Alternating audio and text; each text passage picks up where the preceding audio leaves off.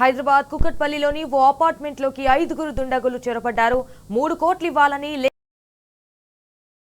ఉన్న వాళ్ళను కూడా బెదిరించారు. అయితే ఇటు మాదాపూర్ ఓఎస్టీ పోలీసులమంటూ మెరీనా స్కైస్ అపార్ట్మెంట్లోని ఫ్లాట్లోకి చొరబడి ఓ వ్యక్తిని డబ్బులు ఇవ్వాలని బెదిరించారు. ఇటు డబ్బులు డిమాండ్ చేస్తూ బాధితుడి తమ్ముడికి ఫోన్ చేయించి నగదు తెప్పించేందుకు ప్రయత్నించారు. అండ్ బాధితుడి తమ్ముడు మాదాపూర్ ఎస్ఓటీ పోలీసులను సంప్రదించాడు.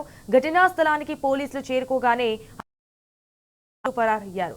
నరసింహారాజు, రవీంద్రబాబు అనే 2 నిందితులను అయితే అరెస్ట్ చేసి కేసు నమోదు చేశారు పోలీసులు. సాయంత్రం మాకు కంప్లైంట్ ఇవ్వడం జరిగింది. హరీష్ కుమార్ రాజు అని చెప్పేసి ఇతను రెయిన్బో స్టార్ బ్యాక్స్ మెరీనా స్కైస్లో ఉంటాడంట. ఈ సంవత్సరం ఫిబ్రవరి నుంచి రెంట్కుంటున్నాడు. అతని ఫ్రెండ్ రాజిరెడ్డి ఇద్దరు ఉంటున్నారు. నిన్న ఒక 5గురు మనుషులు, అందులో నరసింహరాజు ప్లస్ ఇంకా 4 అదర్స్ కలిపి అపార్ట్మెంట్లోకి వెళ్ళేసి నువ్వు బెట్టింగ్ యాప్లు రన్ చేస్తున్నావు అని చెప్పేసి అతను బలవంతంగా 3 కోట్లు డిమాండ్ చేయడం జరిగింది. తర్వాత వాళ్ళు మాదాపూర్ పోలీసులు, ఎస్ఓటీ పోలీసులను కూడా చెప్పడం జరిగింది. ఆ విషయం మీద ఎంక్వైరీ చేస్తే వాళ్ళు పోలీసులు కాదు, ఇంత సివిలియన్స్. అట్లా పోయి వాళ్ళు బెదిరించినందుకు, ఎస్ఓటీ పోలీసులను బెదిరించినందుకు, ప్లస్ డబ్బులు డిమాండ్ చేసినందుకు, ప్లస్ ఇల్లీగల్ అక్రమ హౌస్లో ప్రవేశించినందుకు వాళ్ళ మీద కేసు చేయడం జరుగుతుంది. తర్వాత దాని యాక్షన్ తీసుకుంటాము. ఇక్కడికే ఎందుకు వచ్చారని చెప్పి ఎంక్వైరీ చేసి ఇతను బెట్టింగ్ యాప్లు రన్ చేస్తారని చెప్పారు. ఆ ఎవిడెన్స్ కొట్టి తీసుకుని అతను కేసు చేయడం జరుగుతుంది.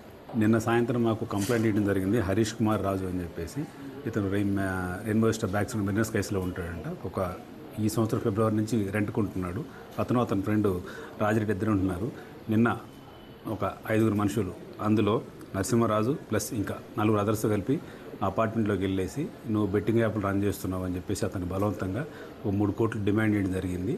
తర్వాత వాళ్ళు మాదాపూర్ పోలీసులు, ఎస్ఓటీ పోలీసులను కూడా చెప్పడం జరిగింది. ఆ విషయం మీద ఎంక్వైరీ చేస్తే వాళ్ళు పోలీసులు కాదు, ఇంత సివిలియన్స్.